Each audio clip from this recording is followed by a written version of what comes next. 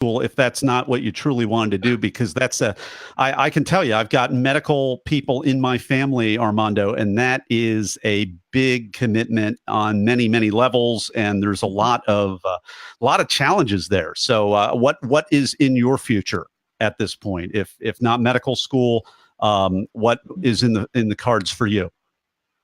That's what I'm trying to figure out. What I always tell people is, I think when people ask what's the future hold or what do you want to do, I always say I can tell you what I don't want to do. And there's been so many things that I've enjoyed and that I've loved. And right now, for example, I'm able to help run a digital marketing company. Mm-hmm. I'm able to be a copywriter, and I'm able to do these things. And I'm realizing that within the last 3 years of treating my life this way, what I've loved has stuck, and what I haven't really loved has just kind of floated away. So every year I'll start 5 new things. And out of those 5 things, I pretty much know that 4 of those things I'm going to give up on. There's going to be one thing that I'm just going to be so in love with that is going to eventually be ingrained and be part of who I am. Armando, I've got to hear something about this 800-mile journey that I read in your bio. So please take us behind that. Of course. So back in 2014, when I graduated college, I went on a pilgrimage called the Way of St. James. And so you start on the coast of the tip of France, and you walk all across Spain until you reach the end in a town called Finisterre. And so back then it used to be known as the end of the world, which is what it would translate to. And so it was probably about 20 to 25 miles a day. And thankfully, I did not get any bed bugs in the hostels. I didn't suffer anything that I could have really suffered, because a lot of people got infections, some sort of disease, whatever it may be. But it was fun, it was enjoyable, and then it was my own sense of personal discovery. So I think once every maybe 5 to 10 years, that'll be good. Was this a solo trip, or was it communal, or what? I have not heard of that particular pilgrimage before. It sounds fascinating. Yes, it was a communal trip. Okay. About 20 of us. Okay. So did other people get the big bugs? Did I hear that correctly? Or yeah, some people got bed bugs. Other people got infections in their joints, or inflammation, sprained an ankle. But thankfully I didn't. So I'm appreciative of that. Well, hey, what a way to live life. Pretty wild and free, and going after the things that you truly want. We've been enjoying this talk with Armando Quintana. One of his talks is called Treat Every Conversation Like a First Date. If Armando gives me additional talks, I will provide the links to all those talks in the show notes, and I'll tell you that in just a moment. But right now, it is actually time in just a moment for the Blitz Round. And we're back with Armando Quintana. It is time for the Blitz Round. I'm going to ask Armando a series of either-or questions related to the preparation and performance of his recent talk. Armando, are you ready? Ready. So, and you can answer because you've been accepted for 4, you've given 3, you've got the 4th up, so you can answer just collectively with all the experience that you have. Were you invited, or did you apply, or both for some of these? I apply. Okay, for all 4. Correct. All right. Are you a memorizer, improviser, or a blender? It didn't seem like it was a mistake, but it was a mistake for me. I hear that a lot. I hear that exact thing a lot, that, hey, I missed a whole big chunk of my talk, and you know what? People couldn't even tell. I kept going, and it made for a shorter talk. And that's kind of the best practice, is just keep on going. If you miss something, keep on going, because it seems to have a way of filling in the blanks, and a shorter talk is often a better talk. So, Armando, what's a tip, tool, or technique that has helped you? It's a good question, by the way. It's a good question. Every time I speak, whether it be to 5 people or it be to 1,000 people, I go up and I just look in the audience. I'll just look around. I'll look to everyone. And about 3 to 4 seconds later is when I'll start speaking. And that's been the best tool to really relax me when I get up there. So is it a relaxation thing only, or does it center you, or does it make you more present? Does it acknowledge the audience? It allows me to be more present and say, all right, let's get to work. 1, 2, 3, let's go. I like it. 1, 2, 3, let's go. Armando, have you been an opener? Have you been a closer, or in between? I've been an opener. I have not closed one yet. Okay. What's your advice for openers? That's not an easy spot to be in. It's make sure your audience is awake. And even if you've memorized your talk, I always say, be prepared to improvise just in case people aren't jiving with your talk as you thought they would. Here's the cut for time question. What was the most painful part of any of your talks that you had to cut out? Well, the part that I forgot, just because in my mind at that moment I was thinking, should I go back? Should I do it? Or should I just keep going forward? And then I had to make that split-second decision and just keep rolling with the punches. Keep rolling. Yeah, that was the right decision.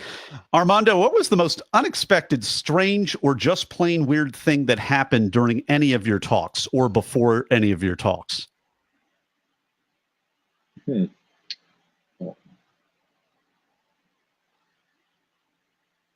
It's a good question. That's a good question. And I would say the first talk I gave, the mic that I had, it started falling off about 3 minutes into the talk. So I had to just think, okay, how are we going to fix it? But thankfully, it just been a little bit of tape that fell off. So I put it back on, and then my blood pressure decreased, and it went from 180 to a good old 120 again. Well, and it's funny, Talk Universe, little things like wearing a little ear mic or any of these little things become enormous things. So that's why we talk about these things in the Blitz round.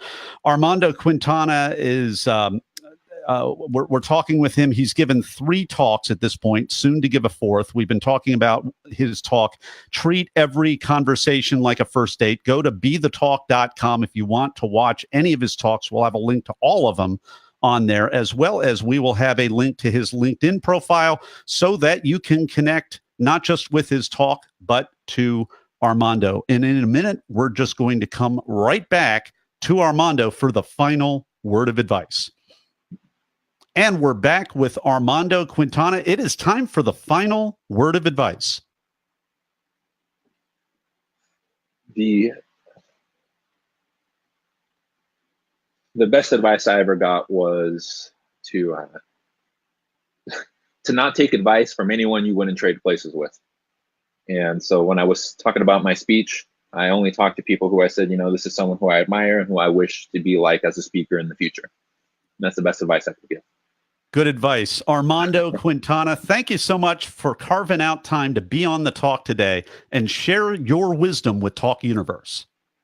Thank you very much. It was a pleasure, and I really enjoyed it. Thank you. All right, that's a wrap. Perfect. All right. Last, not least, time. Yeah, not least at all, Julian. I see you down there in the lobby, man. You made it back. It's awesome.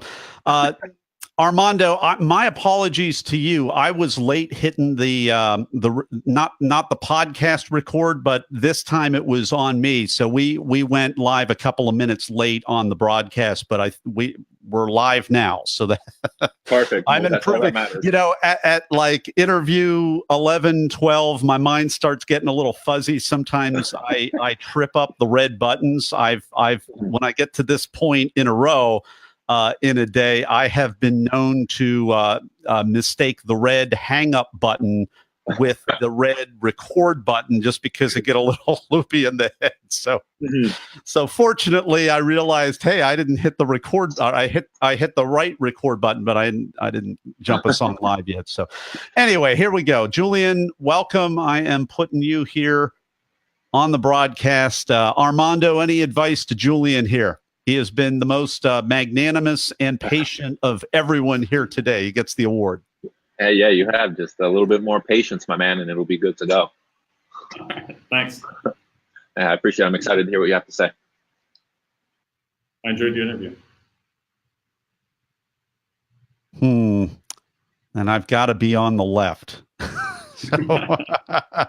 Okay, back to the lobby for both of us, and we'll do this again so that I show up on the left. I've got to be. Somebody said, "Hey, it might." Are you left-handed? I said, "Yes, I am." That might have something to do with it. Got to be on the left. We'll jump right back on.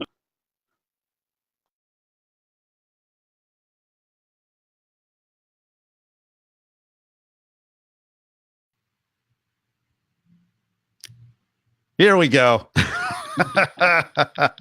I'm back on the left. Okay. Very good. All right. Let's do a little sound check. 1, 2, 3, 4, 5. 1, 2, 3, 4, 5. Awesome. Okay. And let's see. Julian Scaff. I'm saying your name correctly, Julian? Scaff. Scaff. Yes. That's why we do this. Julian Scaff is a user interface experience designer. Is that correct? Yeah, you can say UX designer if that's easier. UX designer, okay. Yeah, that's what I've got a brother-in-law that does that too. Right. So I'm not a UX designer, educator, and futurist, which I love. He is design director at Agency Interactivism and the associate professor of interaction design at Art Center College of Design. And I'll say, Julian Scaff, welcome to the talk. I've got your LinkedIn, no website. So personal LinkedIn? There's website at the agency I work at, interactivism.com.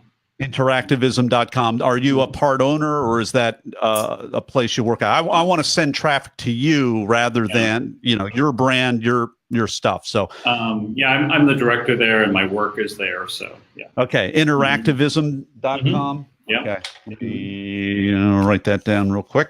Interactivism.com.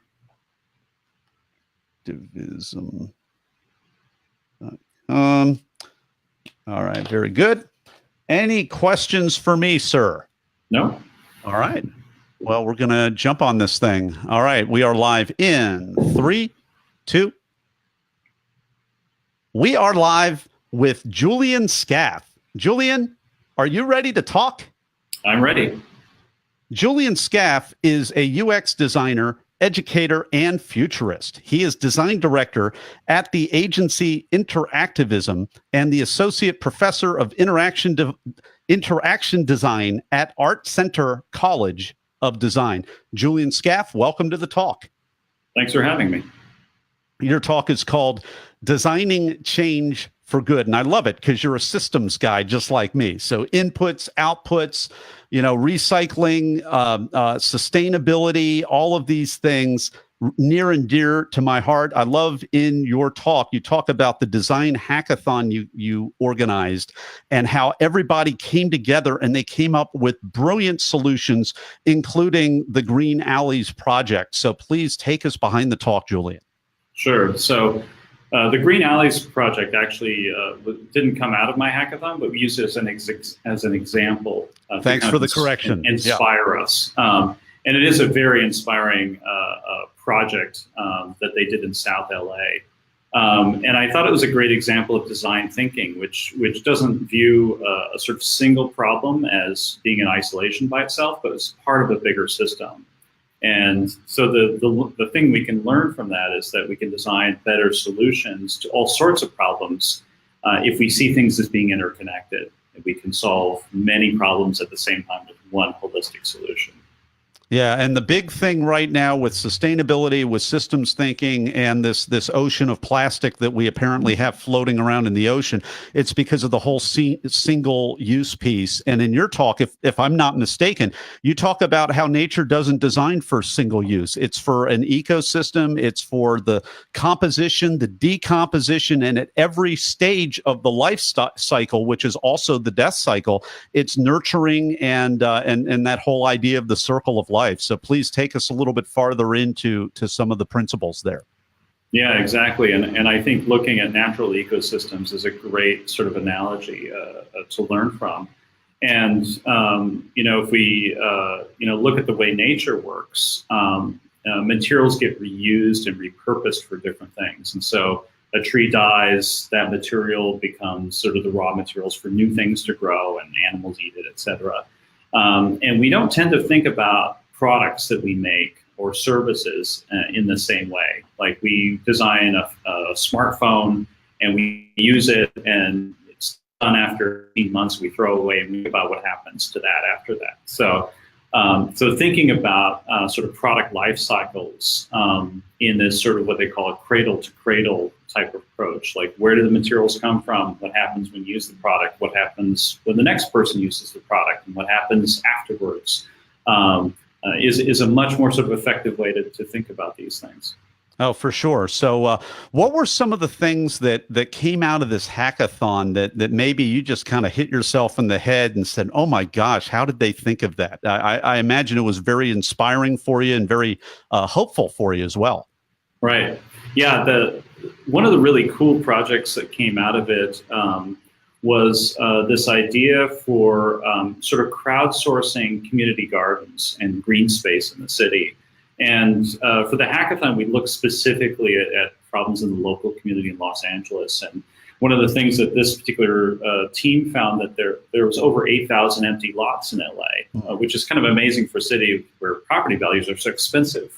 And yet there's all this unused land. And so they thought, well, how can we use this, and how can we actually put the power of citizens to do something about it? And so they designed a smartphone app that allows people to geotag an empty lot, find out who owns it, find out what the rights are and things like that. And then be able to say, well, we can turn this into a community park or a community garden, or maybe build affordable housing, and sort of flip the control of that into the community. Julian, are these residential plots? Are they brownfields? Are they a mixture?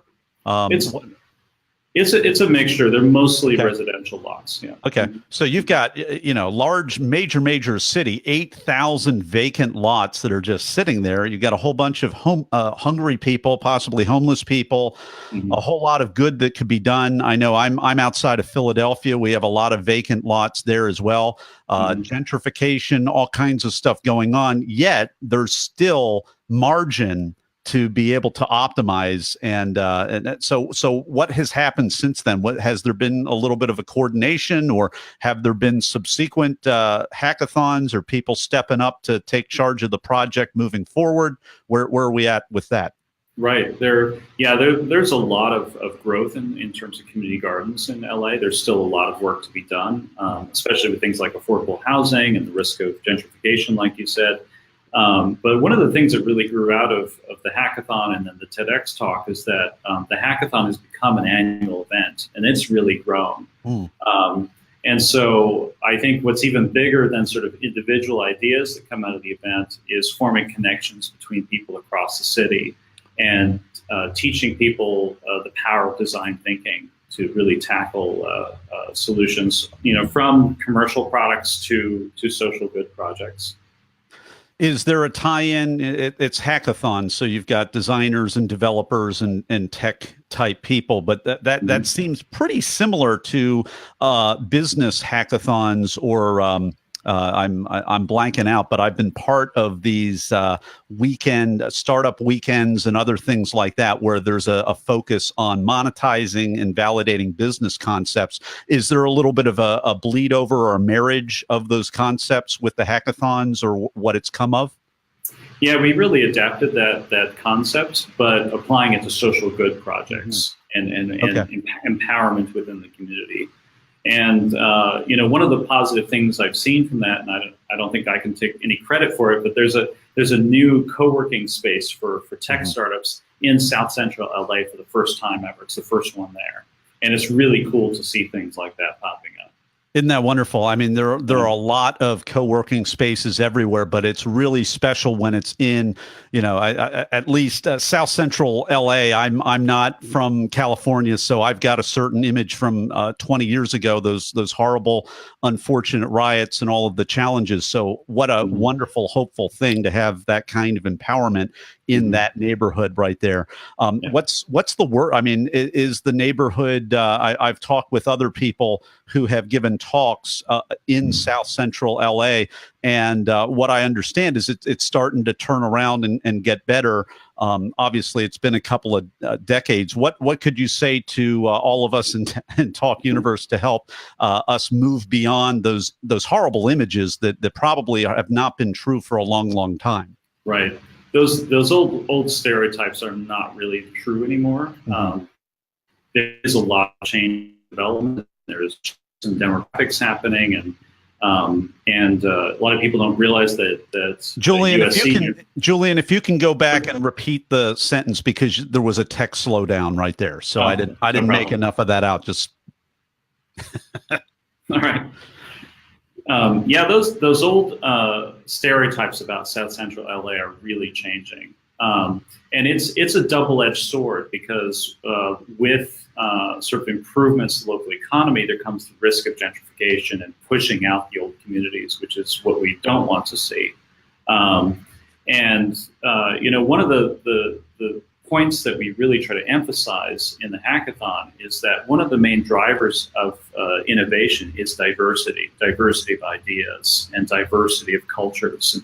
And so in communities across the country and cultural diversity, there is untapped potential for innovation there. We just need to include more people in the conversations.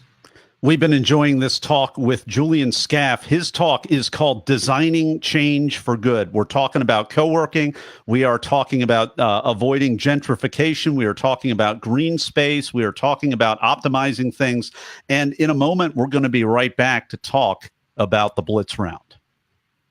And we're back. It is time for the Blitz Round. I am going to ask Julian a series of either-or questions related to the preparation and performance of his recent TEDx Crenshaw talk. Julian, are you ready?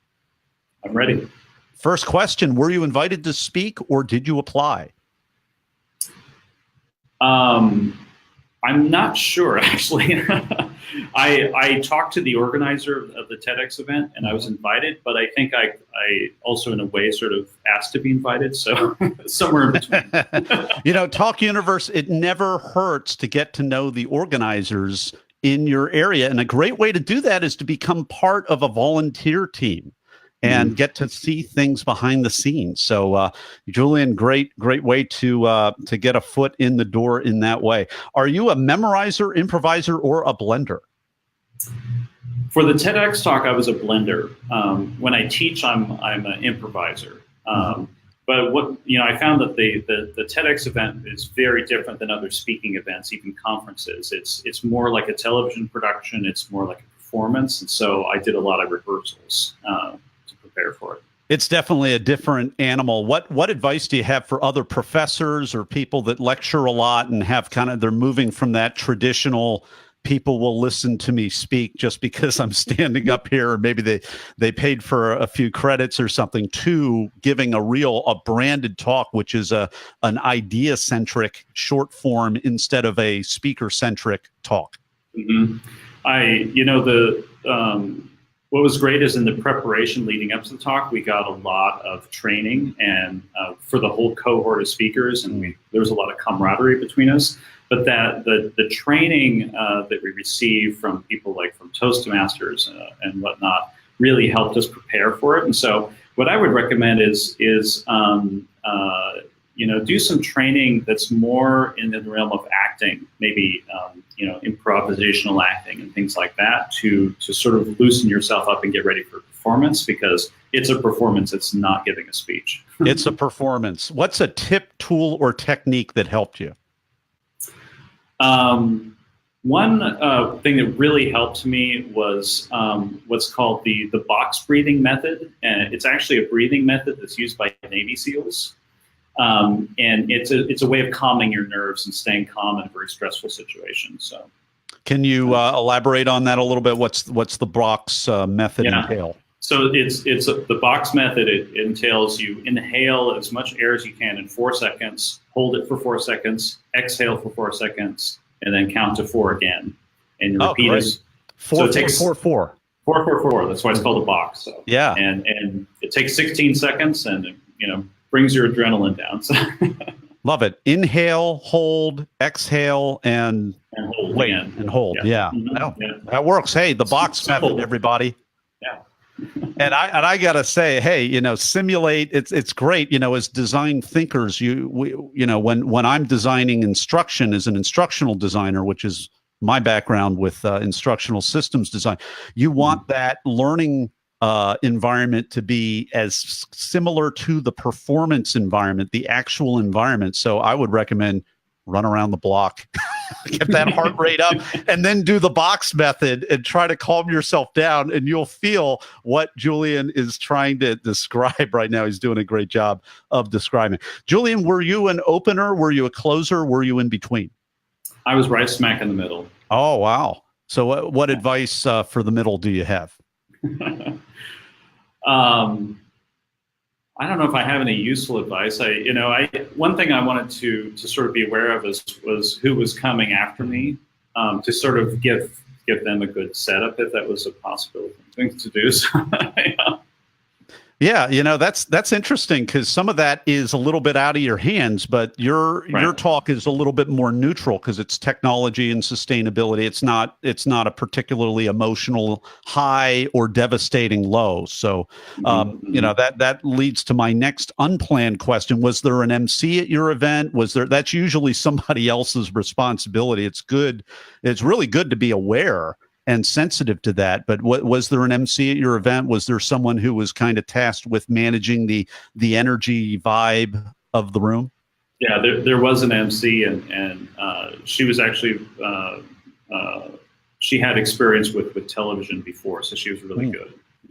Yeah, funny how those dynamics can work right there. Julian, what was the most unexpected, strange, or just plain weird thing that happened during or right before your talk?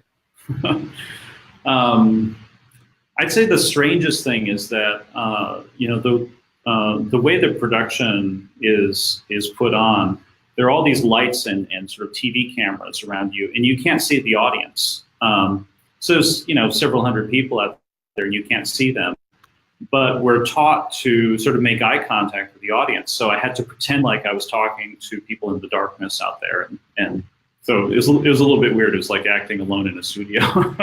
Good skill to have. We've been enjoying this conversation with Julian Scaff. His talk is called Designing Change for Good. And if you want to check out more about that, you can go to our show notes page at BeTheTalk.com. We will have a link to the talk. We will also have a link to Julian at interactivism.com. Interactivism.com. You can find out more about he and his team and the work that they do over there. And in a moment, we will be back with Julian Scaff and the final word of advice for UTalk Universe. And we're back with the final word of advice. My final word of advice is be humble, stay curious, and don't be afraid to fail. We are taught, I think, in school and in our professional life to try to avoid failure. Failure, is supposed to be a bad thing, and it's not. It's actually a good thing. We learn a lot more from failures than we do from success.